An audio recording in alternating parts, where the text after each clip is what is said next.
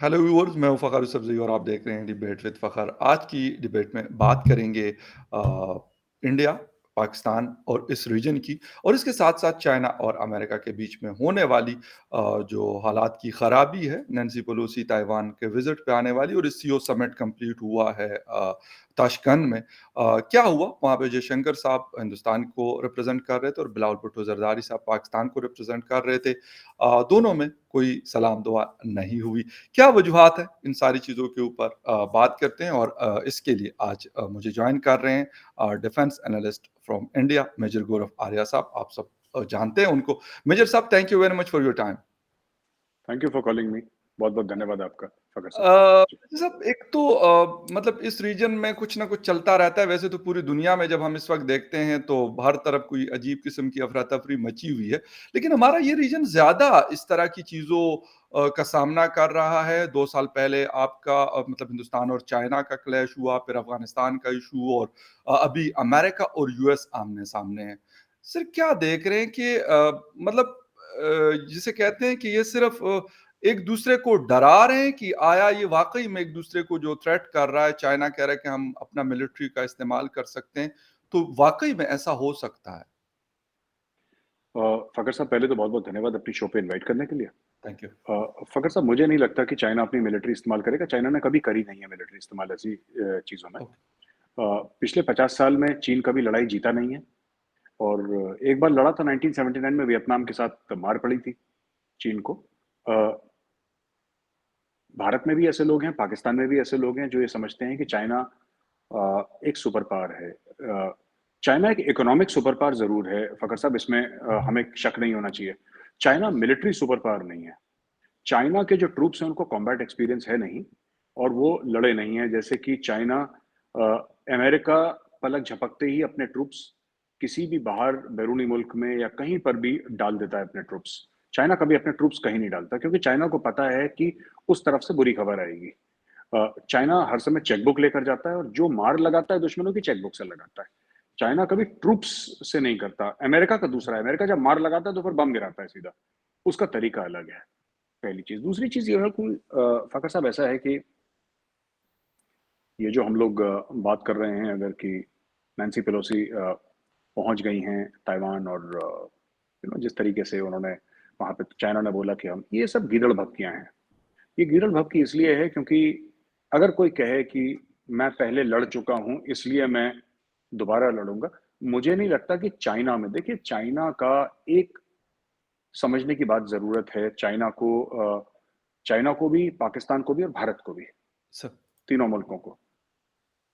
China की ताकत है उसका पैसा है हुँ, और चाइना के पैसे अमेरिका से आते हैं। अ, ओके। आप अपने कस्टमर से नहीं लड़ सकते। हुँ, बिल्कुल। देखिए, मैं फिर ये बात कई बार कह चुका हूँ, आज मैं दोबारा ये बात कहता हूँ।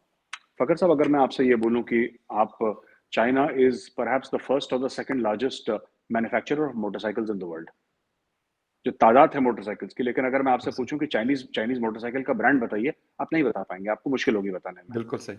एग्री। अ, अगर मैं आपसे बोलूँगा चाइनीज़ ब्रांड कोई गाड़ी कार का बताइए, तो आपको मुश्किल होगी बताने की। एग्ज़ैक्टली। जो एमजी हेक्टर है, वो बेसिकली ब्रिटिश ब्रांड है, जो चाइना ने खरीद लिया। जैसे Jaguar land rover British brand है, जो इंडिया ने खरीद लिया। जी, लेकिन fact of the matter is that China का ऐसा कोई ब्रांड नहीं है। जी, अ, आपका देखिए चाइना के साथ बड़े अच्छे रिलेशनशिप्स हैं आपके पाकिस्तान के, जी। लेकिन आपको पता है कि इंडिया में एक ब्रांड है टाटा, हाँ, बिल्कुल। इंडिया में बिरला है, इंडिया में रिलायंस है, अडानी है, ये सब ऐसे कई 100 ब्रांड्स हैं इंडिया में। लेकिन आप किसी आम पाकिस्तानी से पूछिए, वो मोबाइल फ़ोन के 3-4 ब्रांड्स के अलावा चाइनीज़ का ब्रांड कोई बता नहीं पाएगा मोबाइल फ़ोन को बिल्कुल। छोड़ के। एग्ज़ैक्टली। क्यों? क्योंकि चाइना का पैसा आता है अमेरिका से, चाइना का पैसा आता है यूरोप से। हुँ, होता होता ये है कि जैसे अमेरिकन कंपनी है, जैसे फॉर एग्ज़ाम्पल एप्पल है, अमेरिकन बिल्कुल। कंपनी है, उसने उसने एक अ, साउथ कोरियन कंपनी को बोला कि आप हमारे लिए एप्पल बनाइए, फ़ोन। हुँ, होंगहाई प्रिसिजन इंस्ट्रूमेंट्स, तो उस कंपनी ने फिर चाइना को बोला कि भई आप ठीक है फर्दर हमारे लिए बनाओ। तो चाइना ने बनाया। एप्पल ब्रांड किसका है? अमेरिका का है।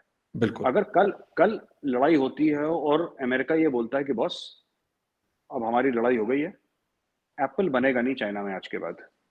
एग्ज़ैक्टली।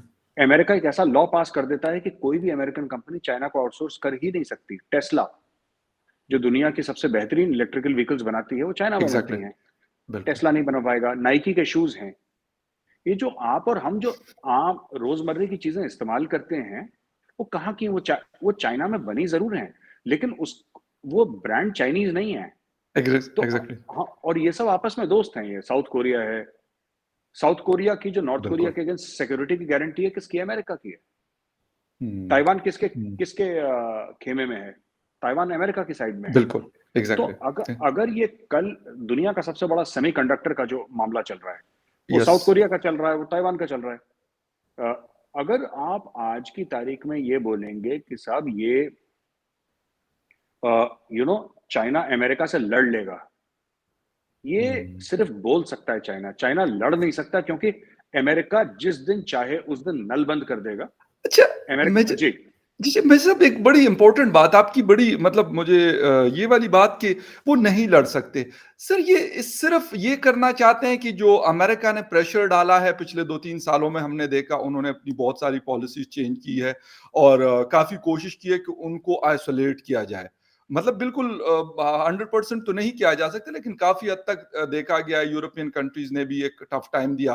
साथ में हिंदुस्तान को हम देखते हैं कि उन्होंने भी बीच में कुछ कंपनीज़ बैन कर दी, कुछ अपनी प्रोडक्शन ज़्यादा कर दी और इस तरीके से बहुत सारी चीज़ें हमने पूरी दुनिया में देखी। तो ये सिर्फ़ उसका जवाब तो नहीं कि वो कहें कि मतलब अमेरिका को हम इस तरीके से शायद किसी तरीके से काबू करके और मनवाएँ कि जिस तरीके से वो चीज़ें बनाते थे और पूरी दुनिया में उनकी प्रोडक्ट्स जाया करती थी चाइना की, तो वो दोबारा से शुरू हो जाए। ये रीज़न तो नहीं है पीछे इसके? नहीं, मुझे लगता नहीं है फ़खर साहब कि ऐसा कोई कारण है, ऐसा कोई जी, रीज़न है। देखिए चाइना इन सब की आजकल की इकोनॉमी इंटरलिंक्ड है और मेरा सिर्फ़ ये कहने का मतलब नहीं है कि चाइना सिर्फ़ अमेरिका पे डिपेंडेंट है, अमेरिका भी चाइना पे बिल्कुल। डिपेंडेंट है। राइट, कल अमेरिका जैसा मैंने बोल दिया कि कल अमेरिका चाहे तो बंद कर दे, वो एक थ्योरेटिकल बात ठीक लगती है, लेकिन वो प्रैक्टिकली पॉसिबल नहीं है और चाइना को ये बात पता है। ओके, चाइना को बात ये पता है कि अमेरिका ओवरनाइट बंद नहीं कर सकता, लेकिन चाइना को एक और चीज़ पता है कि अमेरिका ने धीरे-धीरे बंद करना शुरू कर दिया। यस, अब बिल्कुल। एप्पल के फ़ोन्स इंडिया में भी मैन्युफैक्चर हो रहे हैं, सैमसंग की सबसे बड़ी फैक्ट्री जो है वो इंडिया में है और भी बड़ी-बड़ी चीज़ें जो हैं वो चाइना से इंडिया आ रही हैं, इंडोनेशिया आ रही हैं, मलेशिया आ रही हैं, फिलीपींस जा रही हैं, हाँ, थाईलैंड जा रही हैं। तो ये सारे मुल्कों में अच्छा एक मैन्युफैक्चरिंग का इकोसिस्टम है और वहाँ पे चीज़ें जा रही हैं। इनफैक्ट जापान ने तो कुछ डॉलर्स का पता नहीं कितने डॉलर्स थे मुझे नहीं पता। एक फंड भी रखा है कि हम आपको पैसे देंगे इतने अगर आप चाइना से अपनी कंपनी हटा के कहीं और चले जाएँ। ओके, जी। तो राइट। ये इंडिया भी कर रहा है। इंडिया कह रहा है कि आप आइए, आपको मैन्युफैक्चर करना है इंडिया में, बिल्कुल आप मैन्युफैक्चर अच्छा करिए, मेजर स्वागत साहब है आपका। जी। ऐसा हो सकता है कि इन फ्यूचर मतलब आज चाइना हर जगह मतलब चाइना की प्रोडक्ट बिल्कुल आपकी बात ये दुरुस्त है कि नाइकी कहीं और का ब्रांड है लेकिन उसको मतलब प्रोडक्शन उसकी चाइना में हो रही तो कल को कोई ऐसा हमें देखने को मिल सकता है कि ये प्रोडक्शन जो आज चाइना में हो रही कल को हिंदुस्तान में हो सकती है या कुछ और कंट्रीज भी इसमें शेयर ले सकते हैं हो रहा है, मैं उसी का आपको एग्ज़ाम्पल दे रहा हूँ। जी एक ज़माने में एप्पल के फ़ोन ज़्यादातर चाइना में ही बनते थे। आज की एग्जैक्टली तारीख में एप्पल के लेटेस्ट एप्पल आईफ़ोन 13 जो है, वो इंडिया में भी बन रहा है। ओके एक ज़माने में सैमसंग के बहुत ज़्यादा फ़ोन जो थे चाइना में बनते थे। आज की तारीख में सैमसंग की ग्लोबल सबसे बड़ी जो फैक्ट्री है मोबाइल फ़ोन्स की, वो इंडिया में है। ओके इनफैक्ट यूपी में मेरे घर के पास है वो। तो ओके जी, तो ऐसी कई सारी चीज़ें हैं जो चाइना में एक ज़माने में सिर्फ़ चाइना में बनती थी, अब अलग मुख्तलिफ़ मुल्कों में, देशों में ये बन रही हैं और इससे चाइना को अच्छा नहीं लग रहा है और ये जा रही हैं चाइना से बाहर। देखिए बात ये है ना कि जो बिज़नेस होता है ना फ़खर साहब, वो पानी की तरह होता है, वो अपना रास्ता ढूँढ लेता है। बिल्कुल हाँ, तो जहाँ पे उसको सस्ता पड़ेगा, जहाँ पे अच्छी क्वालिटी मिलेगी, वहाँ पे चला जाएगा। अब भारत भी बड़ी तेज़ी से अपना इकोसिस्टम बना रहा है और भारत क्योंकि अपना इकोसिस्टम बना रहा है, तो उससे अब ये मैं आपको एक और चीज़ बताता हूँ जी छोटी-सी, जी वेपन्स वेपन्स। अब एग्जैक्टली चाइना चाइना ये चाहता है कि वो अपने वेपन्स दुनिया में बेचे। हाँ भारत भी चाहता है अपने वेपन्स बेचे, लेकिन चाइना से खरीदने वाले जो मुल्क हैं, वो मुल्क नहीं है जिनके पास मोटा पैसा है। हाँ हाँ, बिल्कुल अब देखिए क्योंकि चीनी माल के बारे में एक कहावत है, पाकिस्तान में भी कहते हैं, हम भी कहते हैं कि ठीक है, चल गया तो चाँद तक वरना शाम तक, बिल्कुल है ना? ये बहुत ये फेमस है ये बहुत फेमस है ये हाँ, ओके चल गया तो चाँद तक वरना शाम तक। तो चाइनीज़ माल ऐसे ही है, अब लोग जिसके हुँ, पास प जो अब मजबूरी है, जिसको लेना है डिप्लोमेटिक वजह से मजबूरी है, चाइना का प्रेशर जी, है, वो चाइना से सामान लेगा। जिसके पास पैसा है, वो चाइनीज़ माल प्रेफ़र करेगा ही नहीं। तो जो बड़े हुँ, क्लाइंट्स हैं, जो मोटे डॉलर फेंक के सामान खरीदते हैं, सऊदी को ले लीजिए, बिल्कुल। यूएई को ले लीजिए, कतर को ले लीजिए, इंडिया को ले ये सब क्यों खरीदेंगे चाइना से माल? अगर इंडिया हुँ, कल बोले कि हमें सामान खरीदना है आपसे, तो चाइना बेचेगा, चाहे चाइना की लड़ाई हो रही हो, चाइना का काम ही है बेचना, चाइना तो वहाँ पे बिल्कुल, बैठा हुआ है। बिल्कुल। लेकिन इंडिया ने कभी अप्रोच नहीं करा और इंडिया कह रहा है यार या तो हम वेस्ट से लेंगे या रशिया से लेंगे बट बेस्ट ऑफ ऑल हम खुद बना लेंगे। तो ओके, ये चाइना को ये सब चीज़ें दुःख पहुँचाती हैं, कष्ट पहुँचाती हैं चाइना को, दर्द पहुँचाती हैं, क्योंकि ये चाइना को हिट करती हैं फ़खर साहब। राइट। अच्छा मेजर साहब एक चीज़ और है कि हिंदुस्तान ने आहिस्ता-आहिस्ता से जिस तरीके से मतलब अपने आप को अलग करना शुरू किया चाइना से, ठीक है? बाकी मार्केट्स आप लोग रशिया से माल खरीदते हैं मतलब वेपन्स की मैं बात करता हूँ, अब अमेरिका से भी खरीदना शुरू किया, फ्रांस से भी खरीद रहे हैं। तो क्या चाइना के पास मतलब वाहिद मार्केट पाकिस्तान या नॉर्थ कोरिया या इस तरह की चीज़ें रह जाएँगी या फिर मतलब इन फ्यूचर देखा जा सकता है जिस तरह हमने उनसे जेट एंड सी खरीद लिया। जेफ-17 थंडर चलें पहले से बन रहा था यहाँ पे और कुछ और भी चीज़ अक्सर हमें देखने को मिल रही है कि ये चीज़ हम ले रहे हैं, ये चीज़ हम ले रहे हैं। तो मतलब ये 2-3 कंट्रीज़ उनके पास रह जाएँगे जिनको वो अपना माल बेच सकते हैं। नहीं, फ़खर साहब ऐसा भी नहीं है। ओके, चाइना जाता है और मुल्कों में भी पिच करता है, लेकिन जी। इसमें अमेरिका का भी एक प्रेशर है बहुत बड़ा कि जो मुल्क न्यूट्रल हैं, हुँ, उनको अमेरिका कहता है कि देखिए अगर आप चीन से सामान खरीदेंगे, जी, जी। अगर आप ख़ास तौर से डिफेंस इक्विपमेंट अगर आप चाइना से खरीदते हैं, तो उसका आपको खामियाज़ा भुगतना पड़ेगा। ओके, आज नहीं तो हाँ, तो अमेरिका उसकी सज़ा देगा। America okay, will punish those people who do it. तो ये बात भी राइट। एक सच है। तो ये भी चल रहा है फ़खर साहब इसमें और चाइना कोशिश कर रहा है, ऐसी बात नहीं है। जहाँ पे तेजस बिकेगा, तो वहाँ हाँ, पे चाइना भी अपना जेएफ-17 थंडर बोलेगा कि जी आप ये बेचिए, हम हुँ, बेचते हैं और ये है। दुनिया भर की चीज़ें चाइना कोशिश करता है। लेकिन fact of the matter is India इसमें एक ऐसी पार्टी है जो कि न्यूट्रल है। इंडिया के खिलाफ ज़्यादा मुल्क नहीं है। ओके। इंडिया इंडिया के खिलाफ बोलने वाले बहुत ना के बराबर मुल्क हैं, जो हुँ, कि इंडिया के खिलाफ 2-3-4 होंगे। पूरे अगर हम 196 कंट्रीज़ हम मानते हैं, 196 मुल्क अगर हम मानते हैं, उसमें 3-4 होंगे जो भारत के खिलाफ कभी बोलेंगे, वरना no country speaks against India. हुँ, क्योंकि इंडिया ने अपने रिलेशनशिप शुरू से डे 1 से इस तरीके से बना रखे हैं कि भारत के खिलाफ किसी को ज़्यादा क्या बोलने की ज़रूरत है। भारत वैसे कोई इन सब चीज़ों में पड़ता नहीं। तो बट बात ये है कि भारत एक सप्लाई चेन रेज़िलियंस एक चीज़ है। ये एक एग्रीमेंट हुआ था जो कुछ मुल्कों के बीच में जिसमें जी। ऑस्ट्रेलिया गालबन शामिल है और यूएस है और जापान वगैरह शायद if I am not mistaken अगर मैं गलत नहीं बता रहा आपको तो क्वाड की बात आप कर रहे हैं? नहीं supply chain resilience okay, okay, right, sorry, हाँ ओके, ओके। तो क्वाड तो अलग हो गया सप्लाई चेन जी, जी, रेजिलियंस का बिल्कुल। ये था कि वी अंडरस्टैंड कि अ, चाइना की जो जान है हुँ, चाइना की जो जान है वो उसकी सप्लाई चेन में है, वो धंधा कैसे करता है, वो बिज़नेस कैसे करता है। जी। और हमें हमें अपनी भी सप्लाई चेन प्रोटेक्ट करके रखनी है। ऐसा ना हुँ, हो कि जैसे हम बोल रहे हैं कि कल अमेरिका नल बंद कर दे चाइना का, कल चाइना हमारा नल बंद कर सकता है। हम चाइना हुँ, से 90 अरब डॉलर का इम्पोर्ट करते हैं 1 साल में। बिल्कुल। 90 अरब डॉलर का। कल अगर हमारी चीन से लड़ाई होती है और चीन कहता है ठीक है साहब हम आप वो चीन नहीं कहेगा, क्योंकि मैंने ये बड़ी सिंपलिस्टिक तरीके से ना कारोबारी बड़े है, हाँ, बिल्कुल। पर ऐसे पूरी पूरी दुनिया ऐसे ना इट्स अ ग्लोबल विलेज तो इतना बिल्कुल, आसान नहीं है स्विच ऑफ करना, लेकिन supply chain resilience is a reality और इस पे इंडिया काम कर रहा है अपने इत्तेहादियों के साथ, अपने दोस्तों के साथ, पार्टनर्स के साथ कि सप्लाई चेन हमारी इतनी मजबूत हो कि over a period of time हमें चीन की ज़्यादा ज़रूरत ना पड़े। अब ये ओके। रास्ता बहुत कठिन है फ़खर साहब, ये रास्ता बहुत लंबा है, हुँ। लेकिन ये रास्ता पॉसिबल है और इस रास्ते पे भारत चल चुका है।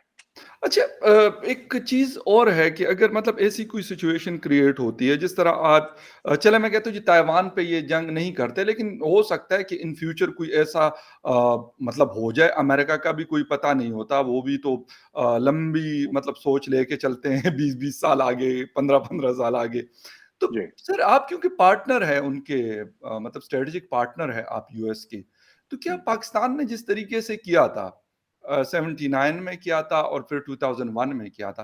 हिंदुस्तान भी ऐसा करेगा? नहीं आप मतलब वो कहेगा नहीं यार हम अपने हिसाब से देखेंगे कि हमें ये सूट करता है या नहीं करता। आप ये कह रहे हैं कि अगर भारत और अगर आप फ़खर साहब जहाँ तक मैं समझा हूँ आप ये कह रहे हैं कि अगर अमेरिका और चीन की जंग हुई तो क्या एग्ज़ैक्टली। नहीं, नहीं, नहीं, हमारा ऐसा कोई मामला नहीं है। अमेरिका को अपनी लड़ाइयाँ खुद लड़नी पड़ेंगी ओके, और ना हम चाहते हैं कि अमेरिका हमारी लड़ाई लड़े, हम खुद की लड़ाई लड़ने के लिए सक्षम हैं।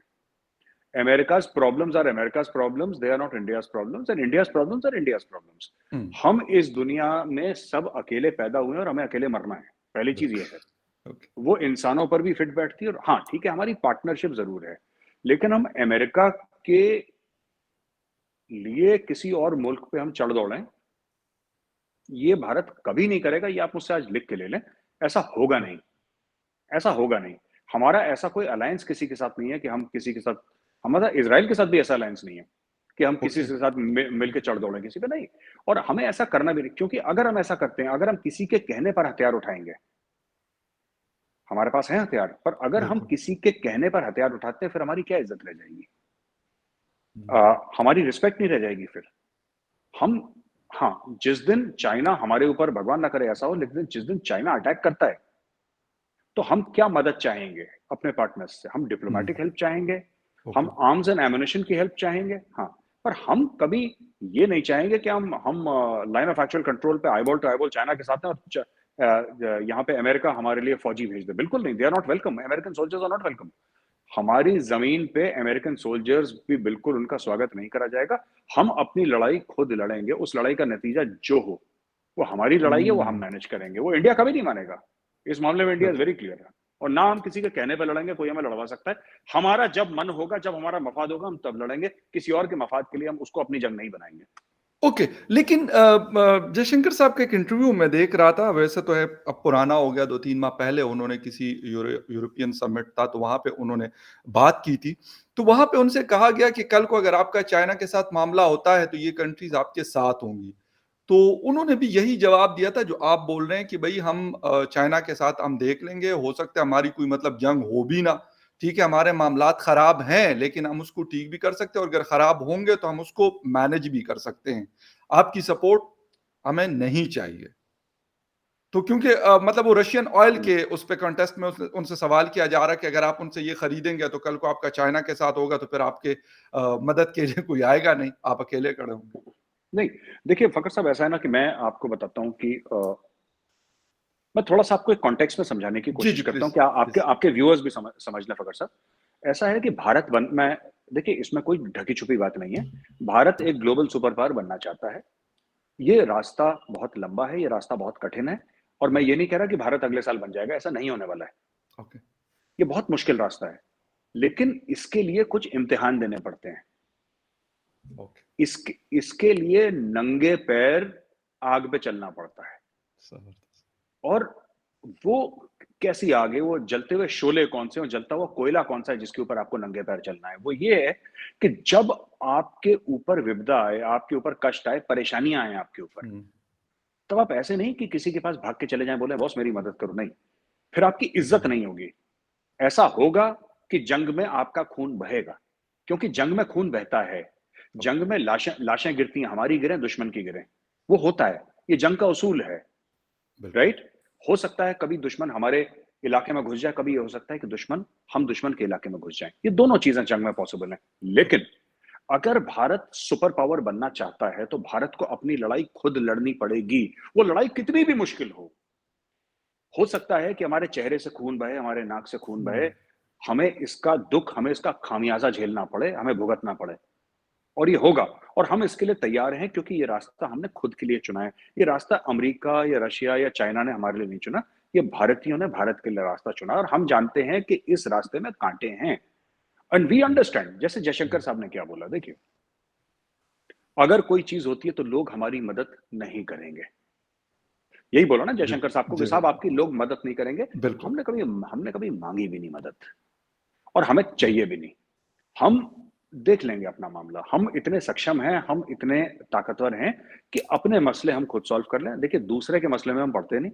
हुँ, हम कभी ये नहीं कहते फ़खर साहब कि हम दूसरे को हम ये बोल दें कि साहब हम कि आप चिंता मत करिए, आप लड़ाई लड़ रहे हैं, हम आपके भाई हैं। देखिए, हम नहीं चाहते कि हम किसी के भाई बनें, ना हम चाहते हैं कोई हमारा भाई बने। ज़बरदस्त, आप अपने घर में रहें, हम अपने घर में रहें, आप खुश रहें, हम खुश रहें। बिल्कुल।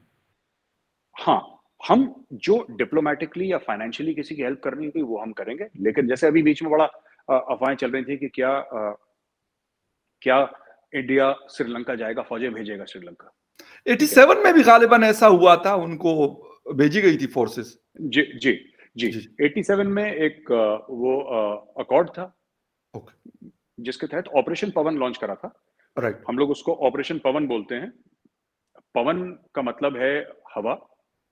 हुँ, और जो हनुमान जी हैं, जिनको हम भगवान मानते हैं हनुमान जी, जी। उनको पवन पुत्र कहते हैं। रामायण में ये बताते हैं कि वो लंका गए थे। हुँ, जो हनुमान जी थे, वो लंका गए थे उड़ के। उन्होंने छलांग लगाई थी भारत से और लंका गए थे उड़ के। जी। तो ऑपरेशन पवन इज़ पवन पुत्र ओके, हनुमान जी के ऊपर ओके, ओके, ऑपरेशन पवन लॉन्च राइट। करा था, वहाँ पे हम लोग गए।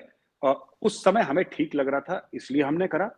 हुँ, आज हमें ठीक नहीं लग रहा, इसलिए हम नहीं करेंगे। अ, ओके, जब जब हमारे फ़ायदे में होगा, हम करेंगे, अगर हमारे फ़ायदे में नहीं होगा, नहीं करेंगे। अगर कोई मुल्क मुँह बनाता है अपना, ओके।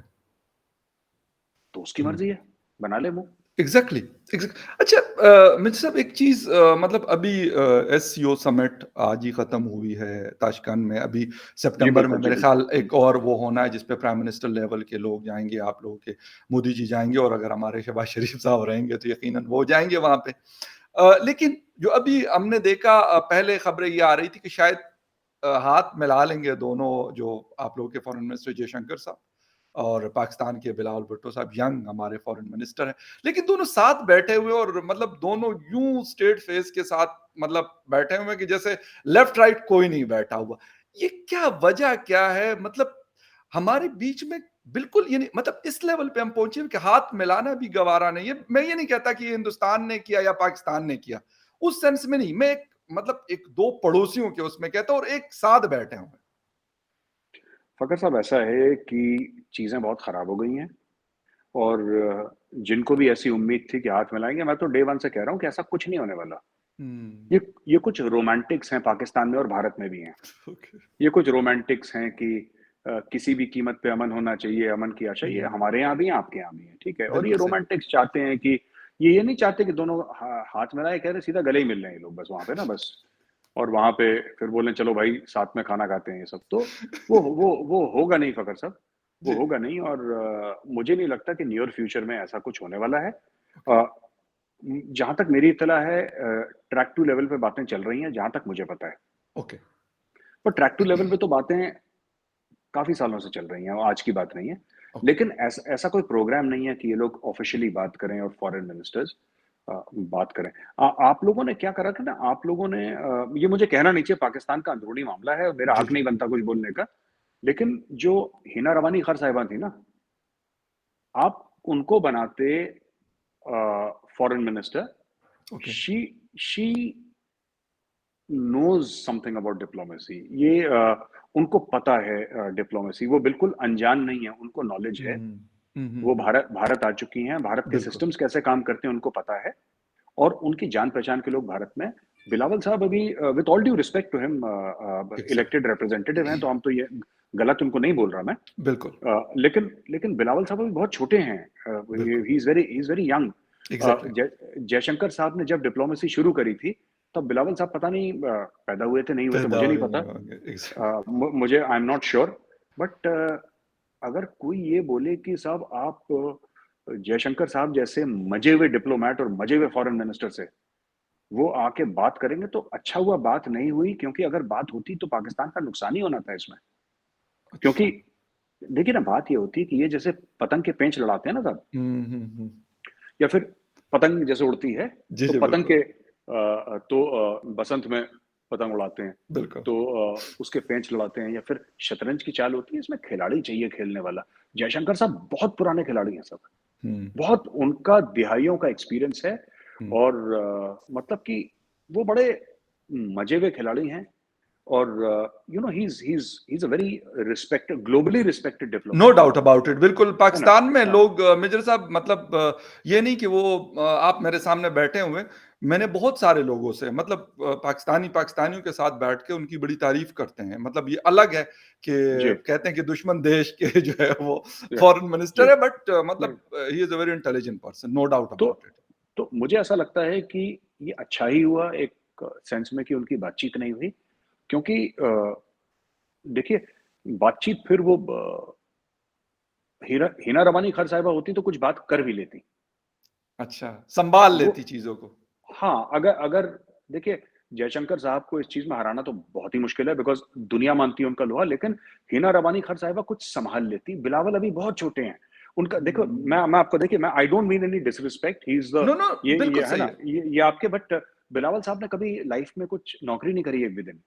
उन्होंने काम नहीं करा हुँ, कभी बिलावल साहब ने ना, he has yes, never worked. बिल्कुल, वो कभी दफ्तर नहीं गए, उनको पता नहीं कि काम कैसे होता है, फाइलें कैसे चलती हैं, पॉलिसीज़ कैसे बनती हैं, बिल्कुल, क्योंकि उन्होंने उन्होंने करा नहीं। उनके वालिद साहब, उनकी वालिदा ये बड़े लोग थे, उनके जो नाना थे वो बहुत बड़ा बिल्कुल, नाम थे। बिल्कुल। तो उनके चलते वो यहाँ तक पहुँच गए और पाकिस्तान के और मुझे लगता है ये मेरा खुद एक ज़्यादती राय है कि इस वक़्त जब पाकिस्तान एक थोड़े से बुरे वक़्त से गुज़र रहा है, एक एक बड़े जिसको कहते हैं कि बड़े एक नाज़ुक दौर से गुज़र क्रिटिकल रहा है। बिल्कुल, क्रिटिकल बिल्कुल सिचुएशन। क्रिटिकल सिचुएशन से गुज़र रहा है, नाज़ुक दौर से। मुझे लगता है इस वक़्त आपको एक बहुत ही स्ट्रॉन्ग और बहुत ही मज़ा हुआ फाइनेंस मिनिस्टर चाहिए। माफ़ कीजिएगा, एक फॉरेन फॉरेन मिनिस्टर मिनिस्टर। चाहिए था जो कि नेविगेट करे, क्योंकि ये ऐसा है हुँ, कि इस डिप्लोमेसी में ना हर कोने में या तो लकड़बग्गा बैठा है या मगरमच्छ बैठा है। सही, और सब सब टाई लगा के बैठे हैं अंग्रेजी बोलने वाले लकड़बग्गे और मगरमच्छ, ये खा जाएँगे बिलावल को। ही इज़ अ वेरी यंग वो अच्छे इंसान हैं, दिल के बिल्कुल। साफ हैं, लेकिन डिप्लोमेसी खेल जो है ये बड़ा पेचीदा गेम है ये। हुँ, हुँ, और हुँ। ऐसी बात नहीं है कि पाकिस्तान में बड़े शानदार डिप्लोमैट्स हैं। बिल्कुल सही। अब पता नहीं पॉलिटिक्स की वजह से सामने नहीं है, क्या वजूहत है मुझे नहीं पता, लेकिन fact of the matter is कि पाकिस्तान में है ज़बरदस्त टैलेंट है डिप्लोमेसी का। वो लोग हुँ। आगे क्यों नहीं आते मुझे नहीं पता क्यों नहीं आते, लेकिन ये है। अच्छा, मेजर साहब टाइम हमारे पास कम है लेकिन एक चीज़ आपसे ये पूछनी थी कि एक तो ये है कि मतलब बिलावल साहब first time as a foreign minister आए हैं, वैसे कोई और मिनिस्ट्री भी उन्होंने कभी पहले से नहीं सँभाली, हालाँकि पार्लियामेंट की दूसरी दफ़ा ग़ालिबन मेंबर बन रहे हैं वो। लेकिन क्या सीख सकते हैं इन चीज़ों से या जो आप कहते हैं कि बड़ा एक शातिरों का गेम है, बड़ा एक जिसे कहते हैं कि एक तेज़ दिमाग हालाँकि ऑक्सफोर्ड यूनिवर्सिटी के ग्रेजुएट हैं सारी, लेकिन एक्सपीरियंस वो नहीं है जो जयशंकर साहब के साथ हैं या उनके पास मौजूद है। क्या करना पड़ेगा? पाकिस्तान को कौन से ऐसे स्टेप्स लेने पड़ेंगे कि हाँ, बात भी हो, अपनी बात भी बताए, अपनी बात भी मनवाए और यकीनन दूसरे की भी सुननी पड़ती है, डिप्लोमेसी वन साइडेड नहीं होती। देखिए आपने बोला कि ऑक्सफोर्ड ग्रेजुएट हैं, ऑक्सफोर्ड ग्रेजुएट तो इमरान खान साहब भी हैं। बिल्कुल। तो ऑक्सफोर्ड ग्रेजुएट होना कोई गारंटी नहीं है कि मतलब मुझे कोई वैसे ग मुझे वैसे मेरा जो एतबार है, यकीन करें वो ऑक्सफोर्ड यूनिवर्सिटी से मेजर साहब उठा हुआ है, मैं आपको सच्चे दिल से बता रहा हूँ, जब मैं इमरान खान साहब को देखता हूँ। जी, तो अब ऐसा है कि मुझे ऐसा लगता है कि थोड़ा-सा पाकिस्तान को ना कुछ जो हक़ाइक़ हैं इस दुनिया के वो समझने पड़ेंगे कि दुनिया चलती कैसे है। अभी भी एक मुझे लगता है कि even in terms of foreign policy एक एक रोमांस है पाकिस्तान के दिमाग में। दुनिया को लेके, खुद को लेके एक रोमांस है। अ, और माफ़ कीजिएगा मैं ऐसे तल्ख़ लफ़्ज़ हुँ। इस्तेमाल नहीं करना चाहता, लेकिन थोड़ी-सी अपने बारे में गलतफ़हमी भी है पाकिस्तान को। अब थोड़ी-सी मैं नहीं बताता वैसे मेरे साथ बहुत ज़्यादा लगती है, थोड़ी-सी नहीं है, बहुत है। जी, जी। तो जैसे कि मैं आपको बताता हूँ कि जैसे अक्सर ये बात कहते हैं कि कोई हमें डूबने नहीं देगा क्योंकि हमारे पास न्यूक्लियर वेपन्स हैं, कोई ना कोई तो हमें पैसा दे ही देगा, ये आपने सुना बिल्कुल, होगा। बहुत ये ज़्यादा। हाँ, देखिए बात ये है कि लोगों ने रशिया को तोड़ दिया। हाँ, रशिया अमेरिका की टक्कर का सुपर पावर था, फ़खर साहब। बिल्कुल, बेशक। अमरीका ने इतना प्रेशर डाला धीरे-धीरे, धीरे-धीरे करके अमरीका ने रशिया के टुकड़े कर दिए। जो लोग कहते हैं कि अफ़गान मुजाहिदीन ने रशिया को हराया, अफ़गान मुजाहिदीन ने रशिया को नहीं हराया, अमेरिकन अमेरिका पैसे ने ने अपने हटाया। बिल्कुल, अमेरिका ने इस्तेमाल करके, सीआईए ने इस्तेमाल बेशक, करके उनको हरवाया। जो औज़ार थे, वो अफ़गान मुजाहिदीन थे, वो एग्ज़ैक्टली। औज़ार थे। अब देखिए क्या हुआ, मैं आपको एक छोटी-सी चीज़ बताता हूँ। जी, एक ये बड़ी गलतफ़हमी है कि अमेरिका 20 साल था अफ़गानिस्तान में और अमेरिका को मतलब जो अफ़गान तालिबान थे उन्होंने हटा दिया वहाँ से और वो ज़हनी आज़ादी की बात करी और इसकी आज़ादी वो खान साहब ने अपनी स्पीच दे दी 15 अगस्त 16 अगस्त को गालिबन उन्होंने स्पीच दे दी। बिल्कुल, देखिए बात ये है कि दोहा में, जो कि कतर में है शहर कैपिटल, वहाँ पे तालिबान और अमेरिका ने एक साइन करा मुआहिदा। बिल्कुल, और और आप ये देखिए, अमेरिका कितना स्मार्ट है, कितना शातिर है अमेरिका। पहले तालिबान का दफ्तर कहाँ पे हुआ करता था? इस्लामाबाद में। बिल्कुल, क्योंकि एग्ज़ैक्ट लॉजिकली इस्लामाबाद में होना चाहिए, बिल्कुल, क्योंकि इस्लामाबाद बगल में है, बिल्कुल, करीब है। करीब है, नेबरिंग है। बिल्कुल, अमेरिका ने क्या करा, आज की तारीख में तालिबान का इंटरनेशनल ऑफिस कहाँ है? दोहा में, कतर में। बिल्कुल, कतर में। कतर का लॉजिक क्या है? हुँ, अमेरिका ने तालिबान को बिल्कुल पाकिस्तान के इन्फ्लुएंस से हटा दिया एकदम। इसीलिए बिल्कुल, आप देखिए टेढ़ी बातें करता है तालिबान। बहुत ज़्यादा। आप एक दूसरी बात पूछता हूँ, जी, जब जी, तालिबान बिल्कुल 15 अगस्त को चढ़ गया था काबुल के ऊपर, तो एग्ज़ैक्टली। मैं आपसे फ़खर साहब आपसे एक सवाल पूछना चाहता हूँ आपकी शो पे, कितने अमेरिकन फौजी मारे गए? एक भी नहीं। क्यों नहीं मारे गए? खान साहब तो ये कहते हैं सबके सामने कि जंग हो गई थी और उन्होंने मार दिया, फेंटियाँ लगा दी अमेरिकन्स को और अमेरिकन्स को हरा दिया उन्होंने और ज़लील कर दिया। एक अमेरिकन मारा नहीं, ये कैसी जंग है जिसमें एक बंदा नहीं मरा? सुकून से ये वो चले गए थे, निकल गए थे, बड़े आराम से उनको सारा कुछ सपोर्ट दिया उनको निकलने में। सर सर बात सिर्फ ये है फ़खर साहब कि अमेरिका की नज़र चली गई एशिया पैसिफिक पे, उसने बोला कि हमारा काम अलग है। वो तो यूक्रेन का मामला बीच में आ गया, वरना वो तो पड़े थे चाइना के साथ। एग्ज़ैक्टली, उनका तो मामला ही कुछ और था। तो यहाँ पे बिल्कुल तीसरी जो बहुत बड़ी गलतफ़हमी है जी, कि कि किसी मैटर में डीप स्टडी नहीं है। मैं आपको बताता हूँ, जैसे कि फॉर ओके, एग्ज़ाम्पल कह देना कि अयूब खान साहब के टाइम पे इकोनॉमी बड़ी अच्छी थी, या ये कह देना कि परवेज़ मुशर्रफ साहब के टाइम पे इकोनॉमी बड़ी अच्छी थी, या ज़िया-उल हक साहब के टाइम पे इकोनॉमी बड़ी हाँ, अच्छी थी। वो थी, उसमें कोई शक नहीं है। पर क्यों थी इनसे पूछिए, ये कभी नहीं बताएँगे क्यों थी। हुँ, क्योंकि जब आप सिएटो सेंटो के पार्ट थे, हाँ, जब आप पहला अफ़गान जिहाद और दूसरा अफ़गान जिहाद लड़ रहे थे, जी, तो अमेरिका से डॉलर आ रहे थे। बिल्कुल, अब देखिए, मैं आपको बोलता हूँ, जी, पाकिस्तान में आप देखिए डॉलर का जो ग्राफ है, जो अभी हम कहते हैं कि करीब 230 पे 235 पे पहुँच गया, जितने भी पहुँचा 250 रुपए, 250 चलिए 250 पहुँच गया। अब एक बात बताइए फ़खर साहब, मैं आपसे पूछता हूँ, आप कभी नोट करिएगा 15 अगस्त पिछले साल 15 अगस्त के बाद, ठीक है, रुपए जो था पाकिस्तानी रुपए वो अंडर स्ट्रेस था और ये कोई नई बात नहीं है। बिल्कुल, वो अंडर स्ट्रेस था, लेकिन वो जो डाउनफॉल इसका आया है, वो 15 अगस्त के बाद आना शुरू हो गया था जब अमेरिका गया था यस, वहाँ पे। एग्ज़ैक्टली, क्योंकि द फ्लाइट ऑफ डॉलर्स आज, और आप आज ये अगर कहते हैं कि ₹250 का पाकिस्तानी रुपए का 1 डॉलर है, इसका मतलब ये नहीं कि फ़खर यूसुफ़ज़ई साहब अपनी जेब में ₹250 लेकर जाएँगे, बोलेंगे भाईजान 1 डॉलर दीजिए तो आपको मिल जाएगा, आपको नहीं मिलेगा डॉलर। नहीं आपको मिलता, ख हाँ, परेशानी ये नहीं है कि ₹250 का डॉलर है, परेशानी ये है कि ₹250 के देने बाद भी आपको डॉलर नहीं मिलेगा। नहीं मिल रहा, हो सकता है आपको ब्लैक में खरीदना पड़े, हो सकता है 270, 280 देना पड़े। है मुझे नहीं बिल्कुल, पता, मैं तो ये मामला है।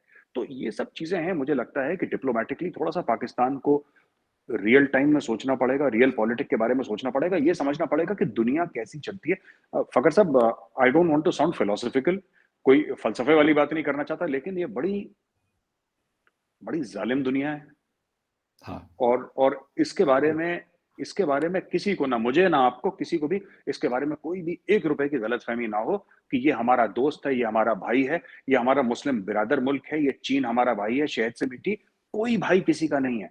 कल भगवान ना करे अगर पाकिस्तान किसी परेशानी में फँसता है, मैं कह रहा हूँ, पाकिस्तान को अपनी जंग अकेले लड़नी है, इंडिया फँसता है, इंडिया को अपनी जंग अकेले लड़नी है, कोई मुसलमान बिरादर मुल्क नहीं आएगा। कोई किसी की परेशानी में खड़ा नहीं होता, ये हमें तारीख सिखाती है। आपको बिल्कुल खुद ठीक खड़ा कह होना रहे हैं। होता है अपने लिए। नहीं, मेजर साहब बिल्कुल आपकी अभी मतलब आप दूर नहीं जाते, अभी जो क्राइसिस हैं कल बाजवा साहब ने वेंडी शर्मन को कॉल की कि अमेरिका को वो आईएमएफ को कहे कि हमें पैसे दे दे और चाइना ने और सऊदी अरेबिया ने ये कंडीशन रखी हुई कि जैसे आपको आईएमएफ से पैसे मिलेंगे, उसके अगले दिन हम आपको पैसे दे देंगे। तो फिर तो शायद उस तरह की हमें ज़रूरत नहीं होगी, लेकिन उन्होंने भी आईएमएफ की कंडीशन हमारे साथ लगाई हुई है। तो दोस्ती तो सीधी-सी बात है, चाइना पाकिस्तान की हो या पाकिस्तान सऊदी अरेबिया की हो, वो यही है कि जी, जी, प्लीज़। जी बिल्कुल, माफ़ कीजिएगा, मैं बीच में बोल रहा हूँ फ़खर साहब। नहीं, नहीं सर। मैं सिर्फ़ आपको ये जो वर्ड है ना पाकिस्तान में, ये आप लोग अपने टेलीविज़न चैनल पे और जो आपसी गुफ्तगू है उसमें वर्ड बैन कर लीजिए, बिरादर मुल्क। ये ज़हर है पाकिस्तान के लिए, कोई एग्ज़ैक्टली, आपका बिरादर नहीं है। ये झूठी बातें हैं, ये फ़रेब है, ये धोखा है, ये 420 है। कोई किसी का बिरादर नहीं होता है इस दुनिया में।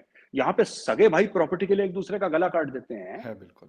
फिर ये बोल एग्ज़ैक्ट रहे हैं बिरादर मुल्क है, वो हमारा मुसलमान मुल्क है, वो हमारी मुस्लिम हेल्प उम्मा। करेगा। मुस्लिम उम्मा, ऐसा कुछ नहीं है। ये एक झूठी बातें हैं जो फैलाई हैं और देखिए और जब एक ज़माने में मुस्लिम उम्मा था, हाँ, ठीक है? जब जब हम खुलफाए राशिदीन की बात करते हैं, वो लोग उनका कैरेक्टर कुछ और था। एग्ज़ैक्टली। वो लोग किसी और मिट्टी के थे। ये अब ये जो रियासत मदीना बना रहे हैं, आप इन लोगों के साथ ये शहबाज़ गिल जैसे लोगों के साथ आप रियासत मदीना बनाना चाहते हैं? हुँ, ये मुझे लगता है ये बहुत बड़ी ब्लास्फेमी है। ये बात नहीं करनी चाहिए। This is an insult to रियासत मदीना। ये बात एग्ज़ैक्टली। नहीं करनी क्योंकि देखिए वो मट्टी के लोग वो उन लोगों में मट्टी कुछ और थी। दोज़ वर बिल्कुल। People who are different. These people are ये अपने आप को कहाँ-कहाँ कंपेयर करते हैं को अपने आप को वो सलाउद्दीन अय्यूबी समझता है, पता नहीं क्या-क्या इनका तो चक्कर ही कुछ और है इनका तो। नहीं, अब तो इनकी ब मेजर साहब अब तो बात यहाँ तक पहुँच गई कि कुछ 2 दिन पहले कहीं तकरीर कर रहे थे खान साहब, तो उन्होंने कहा कि जो-जो लोग हमारे से अलग हुए और दूसरी पार्टियों में चले गए, उन्होंने शिर्क किया है। मतलब बड़ी खतरनाक बातें कर रहे हैं। लेकिन बड़ा मतलब मुझे बड़ी हैरानगी होती है। वैसे तो कोई बेचारा अगर छोटी-सी बात कर लेता है पाकिस्तान में, तो उसके तो मतलब उसके ऊपर तो चढ़ दौड़ते हैं और मार देते हैं। सलमान तासीर साहब की मिसाल ले लें या किसी और आम आदमी की, तो उनको तो नहीं छोड़ते। लेकिन इमरान खान साहब पता नहीं क्या कुछ कहते हैं, मतलब वो बातें मैं नहीं करना चाहता यहाँ पे कि हुँ। वो बातें कर रहे हैं, और ये नहीं कुछ चुप मतलब चुप के कर रहे हैं, ओपनली टीवी पे उनकी स्पीचेस चल रही होती हैं और हर जगह पे ट्विटर के ऊपर और पता नहीं कहाँ-कहाँ, लेकिन वो सारा कुछ सही है। अगर मैं मैं और आप जैसे लोग बात कर लें तो जी, फिर वो तो शायद जी, सबसे बड़ा दुनिया का मैं सबसे सिर्फ़ बड़ा एक गुन मैं एक बिल्कुल जी, छोटी-सी बात कहूँगा आपसे। मुझे लगता है आप रैप अप करना चाह रहे हैं अभी, बट जी, मैं बिल्कुल फ़खर साहब आपकी इजाज़त हो तो एक छोटी-सी बात कहूँगा बहुत कि शुक्रिया। इंडिया में क्यों लोग इतने खुश हैं कि इमरान खान इतना पावरफुल है? उसका कारण है, उसका रीज़न है। इसलिए जी, नहीं कि वो पाकिस्तान को डैमेज करता है, इसलिए कि इमरान खान आइडियोलॉजिकल है। इमरान खान इमरान खान ने सुप्रीम कोर्ट से लेकर, आर्मी चीफ से लेकर, इकोनॉमी से लेकर, डिप्लोमेसी से लेकर, सबको उसने किनारे लगा दिया। और वो एक्चुअल देखिए आपने शिर्क वाली बात करी ना, एग्ज़ैक्ट वो झूठ नहीं बोल रहा है इमरान खान। इमरान खान यकीन करता है कि उसके ख्वाब में फरिश्ते आए थे। वो यकीन करता है, इसलिए इमरान खान पाकिस्तान के लिए अगर कोई फरेबी होता, अगर कोई झूठा होता, अगर कोई ऐसा बंदा होता जो मज़हब का सहारा लेके वोट बटोरता, तो हम समझ लेते कि भाई झूठा बंदा है, मज़हब का सहारा ले रहा है, इस्लाम का सहारा लेके वोट वो झूठ नहीं बोल रहा है इमरान खान। इमरान खान यकीन करता है कि उसके ख्वाब में फरिश्ते आए थे। वो हुँ, यकीन करता है कि जो छोड़ कर गए उन्होंने शिर्क करा है।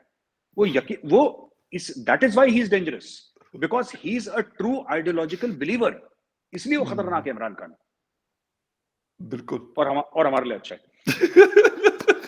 Thank you very much major साहब। वैसे मतलब उसने वाक़ई में हम सबकी बड़ी चीखें निकलवाई है, और अब दोबारा से प्लान यही बन रहा है कि पिंडी से भी और बाकी जगहों से भी कि शायद दोबारा से 2023 में वो दोबारा आ जाए। बहुत सारी चीज़ें करनी हैं। जी, जो असल पावरफुल लोग हैं उन्होंने बहुत सारी चीज़ें करनी है।